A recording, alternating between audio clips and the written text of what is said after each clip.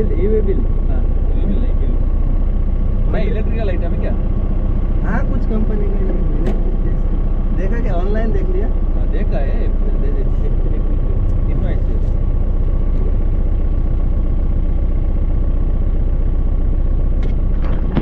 बघायला गेलाय मित्रांनो. सावध राहत जा मित्रांनो, या सगळ्या गोष्टी लिगली असतात पण लक्षात येत नाही. तर मित्रांनो आपल्याला या प्रवासामध्ये 4 वेळा पोलिसांनी अडवलंय 650 किलोमीटरच्या प्रवासात. या 120 किलोमीटर साठी 6 तास लागलेत. त्या 6 तासातले 50 किलोमीटर पूर्ण फॉरेस्ट आणि घाटाचा रोड आहे, उतार आहे पूर्ण. खतरनाक एक्सपिरियन्स आहे. 4 तास तर त्यालाच गेलेत.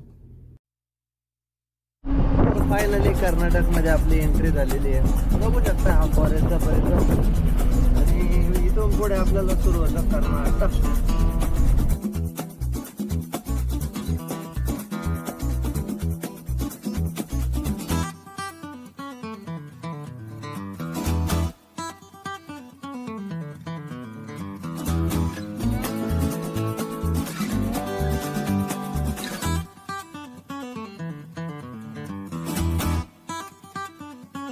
तर जरा हातपाय मोकळे करावे लागतात हो. भरपूर असा प्रवास होतो ना, मग थोडं जाम होऊन जातं. तर कसली भारी. वेलकम टू कर्नाटक झालाय आपला साईडने आणि आपण सरळ निघालोय तो म्हैसूरचा रिंग रोड कव्हर करून हिरीवरच्या साईडला तो जाणारा पुढे, किंवा मग नाईस रोडला भेटायला. आता पुढे नाईस रोडचा चौक लागेल. तर म्हैसूर पॅलेस किती जणांना बघायला आवडेल कमेंट करून नक्की सांगा. आपण एक ट्रिप सेपरेटली म्हैसूरची नक्की करू, ज्यावेळेस आपल्याला म्हैसूरचं बुकिंग असेल किंवा आपल्याकडे टाइम असेल या रूटने जाताना, किंवा कोणी पाहिला असेल तर त्याचा टायमिंग वगैरे काय असतो ते नक्की मेसेजमध्ये सांगून द्या. सूर्यास्त झालेला आहे. तर मित्रांनो इथून 220 किलोमीटरचा आपला अंतर आहे आणि त्याच्यासाठी टाइम दाखवतोय आपल्याला रात्रीचे 11:30. मेडिकरीच्या घाटातून आपल्याला उतरायचं आहे. तो घाट भरपूर मोठा आहे, कमीत कमी 40-50 किलोमीटरचा तो घाट आहे. फॉरेस्ट आहे पूर्ण. जसं आपण सत्यमंगलम उतरतो तसंच त्याच प्रकारचा तो पण घाट उतरून जायचा आहे खाली. तर डिझेल 2,500 रुपयाचं भरलं म्हणजे 5,000 रुपयाचं रात्री एकदा टाकलं 2,500 आणि आता 2,500. तर राहिलेत मित्रांनो 210 किलोमीटर. बघा ना ट्रॅफिक काय, त्याला काय लिमिट आहे काय? कंटिन्युअसली लाईन आहे का? काही नवीन ड्रायव्हर बघायला भेटतात. आता मध्ये येईल परत. नाही पुढून गाड्या येतात म्हणून नाही यायचं. तर परत थोडं आपण जवळ गेलं का बघा, आता मध्ये येईल तर कडल दाबल बघा, एकदम गेला कडल. याला आता ओव्हरटेक करून गेलंच पाहिजे. ये भाई आता सोडणार नाही. पळ. दोन्ही आल्टोवाले खेळत चाललेत एका मागे एक. त्याला जाऊन पण देणार. 15 मिनिटं झाले त्यांची गंमत बघतोय. नाही तर काय, आता या पुढं कसे जातात बघतो. जसं लोणावळा आहे, खंडाळा आहे ना, तसं एक कुशलनगर आहे. भरपूर असा टुरिझम इथं आहे आणि पूर्ण जाम करून टाकतं ते. आणि तीच गर्दी होती अख्ख्या रोडने. न्यू इयर सेलिब्रेशनला सगळे आलेले या एरियात. Kushalnagar hill station. आणि इथून पुढे घाट सुरू होतो म्हणून इथंच थांबलो. तर 60-70 किलोमीटरचा मित्रांनो हा घाटाचा परिसर आहे. हे बघा ना, मेकेरी हा इथपर्यंतचा घाट आहे. इथून पण पूर्ण पुढं घाटच आहे, पूर्ण फॉरेस्ट आहे. तर थोडाफार नाश्ता करू, कारण 2-1 तास घाटाला तर आरामात जातील. 4 तास आपल्याला 150 किलोमीटरसाठी दाखवत आहे म्हटल्यावर 2 तास आपल्याला घाट उतरायला तर नक्कीच जातील. तर थोडाफार नाश्ता करू आणि पुढचा प्रवास करू, कारण आपण 3-4 वाजताच लेमन राईस खाल्ला होता. तर चला लगेच जाऊ आणि निघू पुढच्या प्रवासाला. जेवायला नाही थांबलो मित्रांनो, कारण मागाशीच राईस खाल्ला होता आपण म्हैसूरच्या अलीकडे 4-4:30ला आणि आता 8च वाजले, 4च तास झाले. तर भूक काही नव्हती एवढी म्हणून समोसे घेतले खाऊन.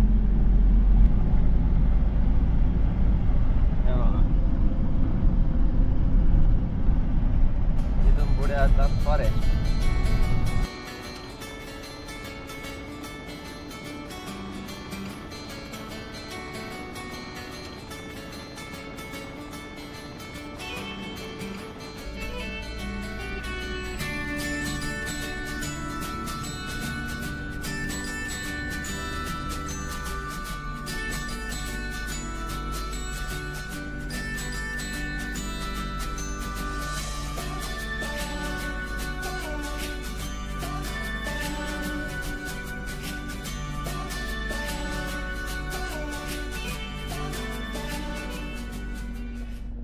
हिल स्टेशन म्हणल्यावरती गर्दी आली,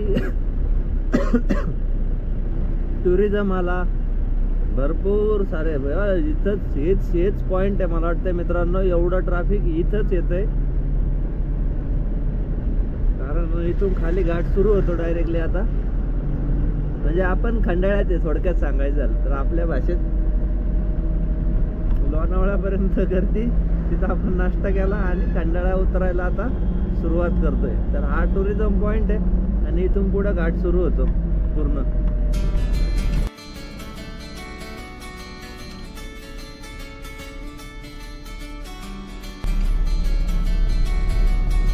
तर मित्रांनो आपण पोहोचलोय खोपोलीला. तुम्ही म्हणशाल आता काय खोपोली कुठून आलं? तर हे मँगलोर आहे, म्हणजे आपण याला मुंबई समजू. मग अशी लोणावळा खंडाळा तर तुम्हाला दाखवला आणि आता हे महादेव पेठ आहे. महादेव पेठ म्हणजे खोपोली, भरपूर मोठी सिटी आहे. जसं आपल्याकडे घाट उतरून आल्यावरती खोपोली आहे, तसं हे महादेव पेठ आहे इथं घाट उतरून आल्यावरती अर्धा घाट. आता हा पण परत एक मोठा घाट उतरायचा आहे खाली. तिथून 2 घाट उतरतात खाली, हा पण एक घाट उतरायचा. आता कसली भारी भिंत बांधली राव. वरती काहीतरी वर का ऑफिस कसलं, आणि हा घाट झालाय सुरू.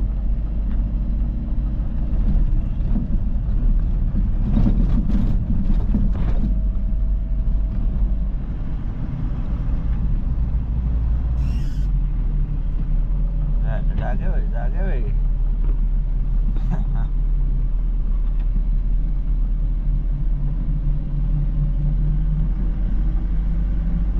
चला हा पण घाट उतरून घेऊ मित्रांनो जरा फास्टच.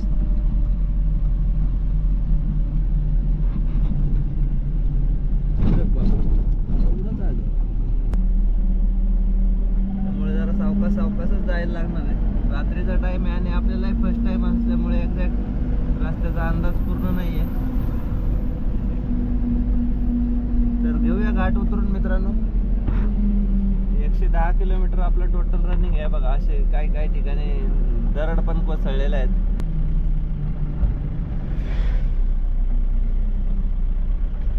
हे कारवाले लईच रायडर आहेत, त्यामुळं काय जरा जपायला पाहिजे.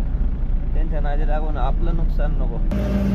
हा टोटल मित्रांनो 50 किलोमीटरचा पॅच आहे, जो की घाटाचा परिसर आहे. उतार आहे, पूर्ण स्लोप आणि मध्ये मध्ये घाट पण लागतो. तर असा आहे हा रोड. पूर्ण जंगल आहे पूर्ण.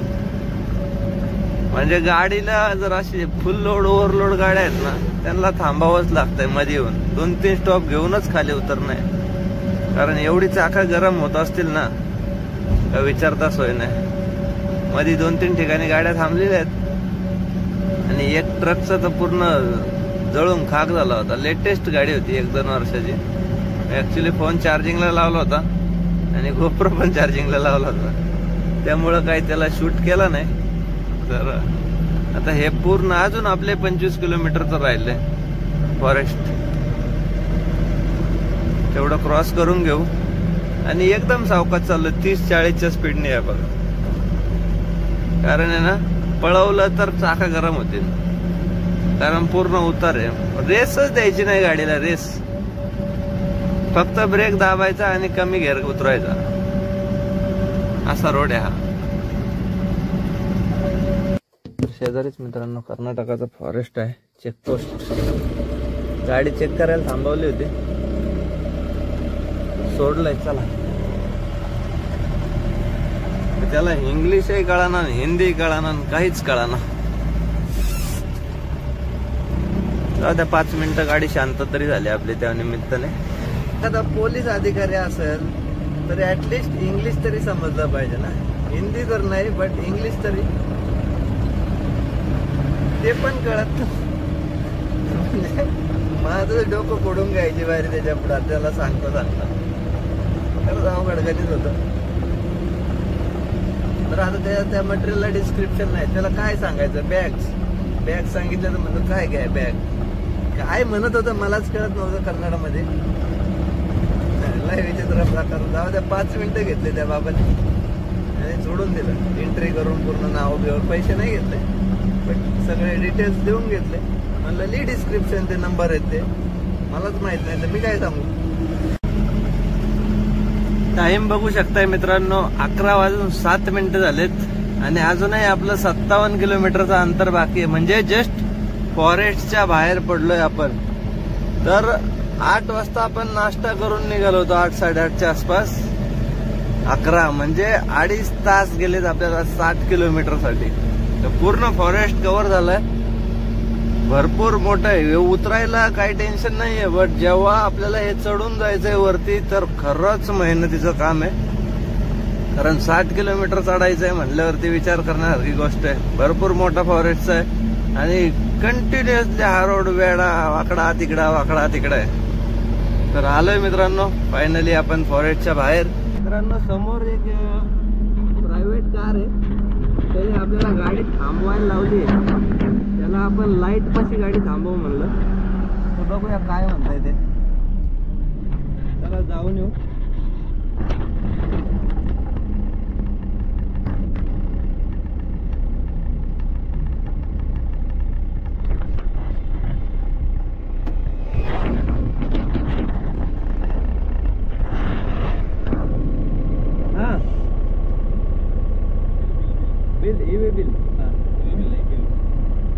इलेक्ट्रिकल आइटम है क्या? हाँ कुछ कंपनी का देखा क्या, ऑनलाइन देख लिया? देखा है, इन्वाइट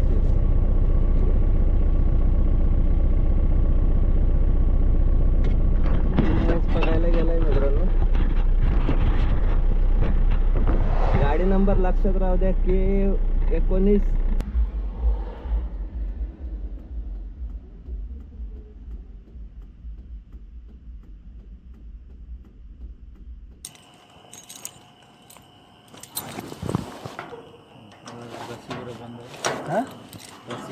ये लगता है कभी खुल गया गलती से तो डबल सेफ्टी. 96 ज़्यादा नहीं है? नहीं ये क्या 96 लिखा है, उतना ही है. 20 का थप्पी है, थोड़ा बोला आगे पीछे रहता है. जो रास्ता पहाड़ी वाला है ना, बोला आगे के साइड में डालो. हाँ ये 5 अंडरलोड है, ओवरलोड हम चलता नहीं ना साहब. चेन्नई जाने का लोड मिलता है? हाँ मैंगलोर में. चलो sir, happy new year. Thank you.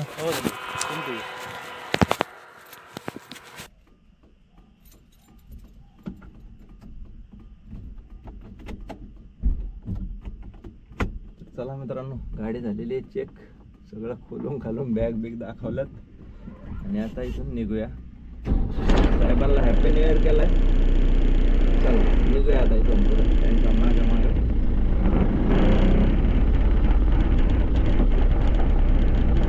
काय यासाठी मित्रांनो ई-वे बिल महत्वाचं असतं, लक्षात राहू द्या हे. आणि ते गाडीच्या मागे राहून मित्रांनो तुमचा गाडीच्या नंबरवरती ई-वे बिल कळतं किती आहे, कुठलं आहे. त्याला डिस्क्रिप्शन समजलं नाही, गाडी थांबून चेक केली. सावध राहत जा मित्रांनो, या सगळ्या गोष्टी लिगली असतात पण लक्षात येत नाही. तर मित्रांनो आपल्याला या प्रवासामध्ये 4 वेळा पोलिसांनी अडवलंय. 650 किलोमीटरच्या प्रवासात 2 वेळा आपल्याला ट्रॅफिकवाल्यांनी अडवलं, एकदा आपल्याला फॉरेस्टवाल्यांनी अडवलं, एकदा आत्ता तुम्ही पाहिलं असेल लेटेस्ट कस्टमवाल्यांनी पण अडवलं. तर कुठेही 1 रुपयाची एंट्री आजच्या प्रवासामध्ये आपल्याला कर्नाटकमध्ये लागलेली नाहीये. आणि या प्रवासामध्ये मित्रांनो आपण 2 वेळा डिझेल भरलं, 2,500 हजाराचं. तर अजून टँक बघू शकताय, अर्ध्याला थोडासा खाली आहे. 25 ते 30 लिटर आपल्या गाडीमध्ये अजूनही डिझेल शिल्लक आहे. आणि टोल खर्च आलाय मित्रांनो फक्त 550 रुपये. आपण टोल वाचवण्याचा प्रयत्न केला. नाईस रोडने आलो असतो तर आपल्याला 800 रुपयाच्या आसपास टोल लागला असता. बट डिझेल खर्च आला असेल 4,000 रुपये आणि टोल खर्च 500. असा 5,000 रुपये मित्रांनो आपल्याला ह्या ट्रिपला खर्च आला. आणि बुकिंग अमाऊंट मी स्टार्टिंगलाच सांगितली होती, ते तुमच्या लक्षात असेल. तर मस्त अशी आपली ही ट्रिप होती. आणि आपण आता आपल्या लोकेशनवरती पोहोचतोय. तर या सर्कल पासून लेफ्ट घेऊ, कारण हा आहे coastal highway Mangalore to Cochin पर्यंत, गोव्यापासून सुरू झालेला. तर पोहोचलोय मित्रांनो आपण आपल्या लोकेशनला. ते साई पॅलेसचं लोकेशन होतं. तर हेच असेल, इलेक्ट्रिकचं दिसतंय फॅन वगैरेचं दुकान. तर इथंच गाडी खाली करायची असेल, आता इथंच पार्क करून घेऊ. लोकेशन चेक करत होतो, स्टेट बँक. ओके. तर फायनली मित्रांनो आपली ट्रिप कंप्लीट झालेली आहे. लोकेशनवरती आपण पोहोचलोय. शेजारीच इलेक्ट्रिकचं शॉप आहे, तर त्यांचंच ते मटेरियल असणार आहे. तर 650 किलोमीटरचा प्रवास होता, तुम्ही पाहिला असेल. खर्च किती झालाय, कितीचं बुकिंग होतं हे पण तुमच्या लक्षात आलं असेल. तर मस्त अशी ट्रिप झाली. आणि मित्रांनो ह्या ट्रिपमध्ये आपल्याला आता जो 120 शेवटचे किलोमीटर होते, तर ह्या 120 किलोमीटरसाठी 6 तास लागले. त्या 6 तासातले 50 किलोमीटर पूर्ण फॉरेस्ट आणि घाटाचा रोड आहे, उतार आहे, पूर्ण खतरनाक एक्सपिरियन्स आहे. 4 तास तर त्यालाच गेलेत. त्यानंतर पुढे आलो आणि फायनली पोहोचलोय. म्हणजे परवा रात्री 9 वाजता आपण निघालो होतो. आजचा दिवस 2 तारीख लागलेली म्हणून सांगतोय. तर 9 वाजता निघालो होतो. पूर्ण दिवस ड्रायव्हिंग केलंय, म्हणजे कमीत कमी 16-17 तास आपण ड्रायव्हिंग केलंय आणि इथे आलेलो आहे. तर खूप मस्त अशी जर्नी झालेली आहे. खूप छान असा रिपोर्ट होता. आणि आपले चेन्नई टू इथपर्यंत आणि पुणे टू चेन्नई टाइम वेळ वायाला गेलेला नाहीये. सेम टाइम बुकिंग भेटलं लगेच रिटर्नचं, म्हणजे रिटर्न नाही तर 2 वेचं, जे की आपण कम्प्लीट केलंय. कारण सांगतो, पुणे टू रिटर्न पुण्याचं किंवा मुंबईचं बुकिंग पडलं असतं तर हाच रेट भेटला असता. एवढा रिटर्नच्या रेटची वाईट अवस्था आहे. त्यामुळे जे काय बाहेरचं बुकिंग भेटलंय ते उचललं आणि पुढे निघालो. तर चला, इथे पण आपल्याला 2 ट्रान्सपोर्टर ओळखीचे आहेत. सकाळी त्यांना डिस्टर्ब करू फोन करून, आणि वाटलं तर ऑफिसला जाऊन पण थांबू. The next morning. गाडी खाली होती आपली. हे बघा, इथे त्यांचं मेन ऑफिस आहे या बिल्डिंग मध्ये, आणि तिथं गोडाऊन होतं. तर हे महावीरा सर्कल पासून राईट मारतोय आपण आणि ट्रान्सपोर्टरच्या ऑफिसला चाललोय. इथून 11 किलोमीटर वरती आहे ट्रान्सपोर्टरचं ऑफिस.